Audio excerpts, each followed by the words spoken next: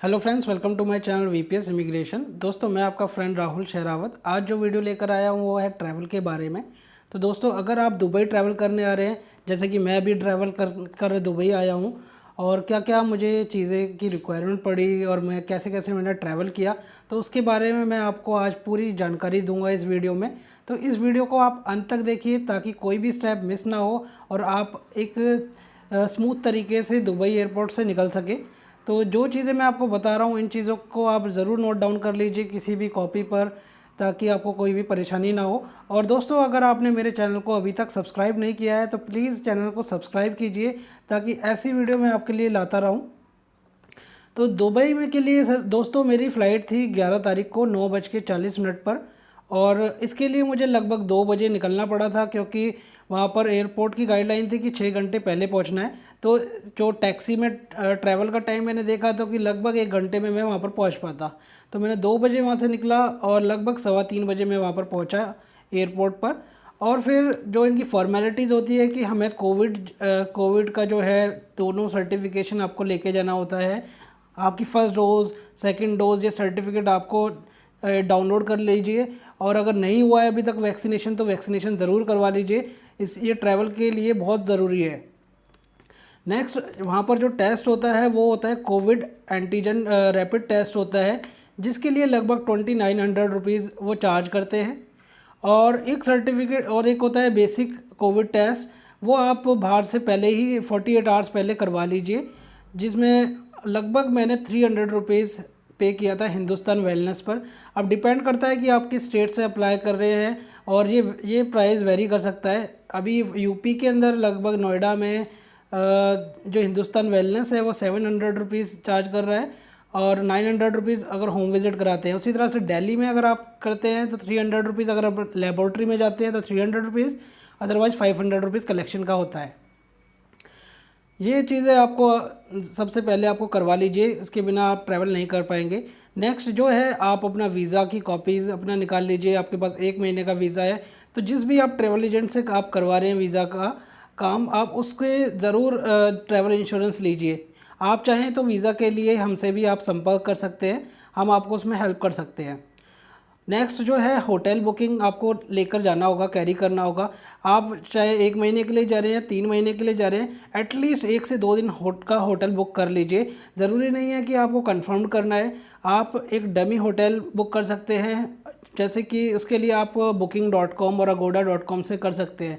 ध्यान रखिए, जब आप बुकिंग बना रहे हैं तो आप उसमें पे एट प्रॉपर्टी का ऑप्शन चूज़ कीजिए, जिसके लिए आपको कोई पे नहीं करना, और बाद में इस होटल को आप कैंसिल भी कर सकते हैं। अगर आपको कोई बेड स्पेस वगैरह मिल जाता है तो आप ये भी कर सकते हैं।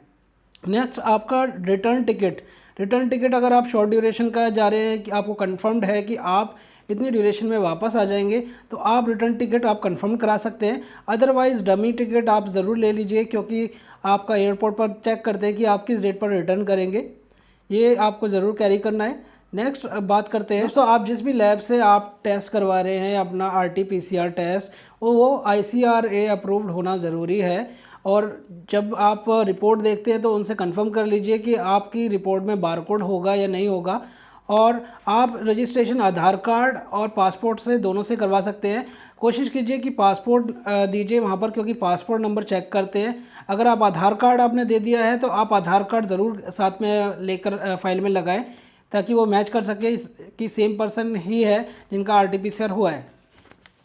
दोस्तों, जो मेरी रिपोर्ट थी वो लगभग 2 घंटे बाद मुझे मिल गई थी, और उसका प्रिंट आउट वहाँ से मैंने वहीं पर होता है, प्रिंट आउट आपको मिल जाता है। आप वो प्रिंट आउट साथ में लगाइए।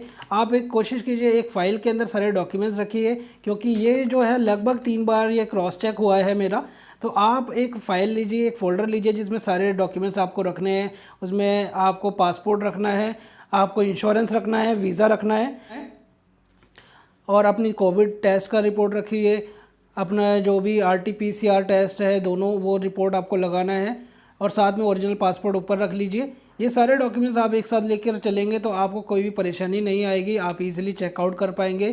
फिर मैंने लगभग 7:30 बजे चेक इन कर दिया, और लगभग 2 घंटे बाद, जैसे कि 9:40 का था, तो उससे पहले 9:20 में हमें वहाँ पर एंट्री मिल गई थी फ़्लाइट के अंदर। मेरी फ़्लाइट जो थी एयर इंडिया एक्सप्रेस थी, और ये डायरेक्ट फ़्लाइट मैंने बुक किया था। तो इसमें मुझे डायरेक्ट वहाँ पर मिल गई थी फ़्लाइट। दोस्तों इन पेपर्स के अलावा जो मैंने लगाया था साथ में एक 4000 दिरहम का मैंने बिल लगाया था जहाँ से मैंने करेंसी एक्सचेंज किया था। आप एटलीस्ट 2000 दिरहम अपने साथ कैश रख लीजिए। 4000 दिरहम मैंने अपना, क्योंकि मेरा फ्रेंड भी साथ में ट्रैवल कर रहा था तो लगभग इसलिए मैंने 4000 दिरहम मैंने चेंज कराया था। तो आप 2000 दिरहम तक अपना साथ कैरी कर सकते हैं, क्योंकि कई बार होता है कि अगर आप चेन्नई या फिर कई जगह एयरपोर्ट से पहले शो मनी चेक करते थे, तो आपके पास या तो बिल है, बिल शो कर दीजिए, या फिर अपने पॉकेट के अंदर कैश डाल के रखिए कि इतना दिरहम आपके पास है, इतनी ड्यूरेशन के लिए आप ट्रैवल करने जा रहे हैं। तो ये सारी चीज़ें आपको कैरी करना है।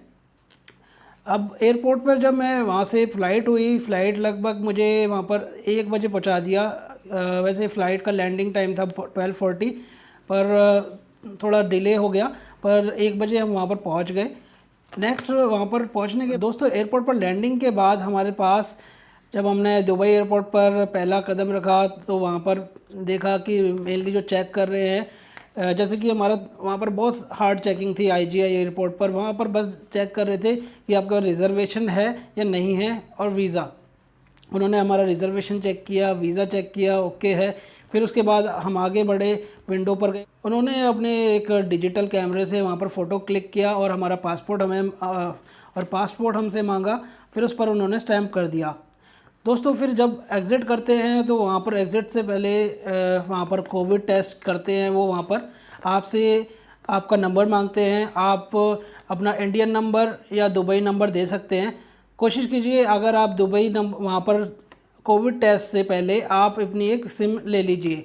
सिम वहाँ पर बिकती है। मैंने लगभग 55 दिरहम के अंदर सिम ले लिया, और जिसमें मुझे 2 GB डेटा मिला और 30 मिनट्स कॉलिंग डेटा मिला। तो ये आप वहाँ से ले लीजिए, नहीं तो एयरपोर्ट के बाहर ये सिम्स बहुत ज़्यादा महंगी मिलती है, आप वहाँ से परचेज़ कर लीजिए। और इजी रहेगा कि जब आप नंबर दे देंगे, क्योंकि यहाँ पर जो इंडियन सिम है, वोडाफोन, एयरटेल, ये सब नहीं चलना। यहाँ पर DU करके है, और एक मैं आपको डिस्क्रिप्शन में नाम दे दूँगा, वो सिम आप ले सकते हैं। तो ये सिम आप परचेज़ कीजिए एयरपोर्ट से ही। और फिर जब मेरा वहाँ पर टेस्ट हो गया, टेस्ट होने के बाद मैंने एग्ज़िट किया। वहाँ से मैंने एक करीम ऐप का होती है, उससे मैंने अपनी टैक्सी बुक किया। और एयरपोर्ट से मेरे दोस्त का घर दूर नहीं था, क्योंकि यहाँ पर मेरा दोस्त रहता है, तो मैं उसके पास विज़िट करने आया फर्स्ट डे, क्योंकि उसको पता है यहाँ पर कहाँ पर चीपेस्ट रूम्स वगैरह अवेलेबल हैं। तो उसने मुझे काफ़ी हेल्प किया। तो आज की वीडियो में बस इतना ही। अगर आप कुछ और जानना चाहते हैं या किसी और सब्जेक्ट पर आप वीडियो चाहते हैं दुबई के बारे में, तो प्लीज़ मुझे कमेंट कीजिए, और प्लीज़ मेरे चैनल को सब्सक्राइब कीजिए और लोगों तक शेयर कीजिए। Thank you very much friends.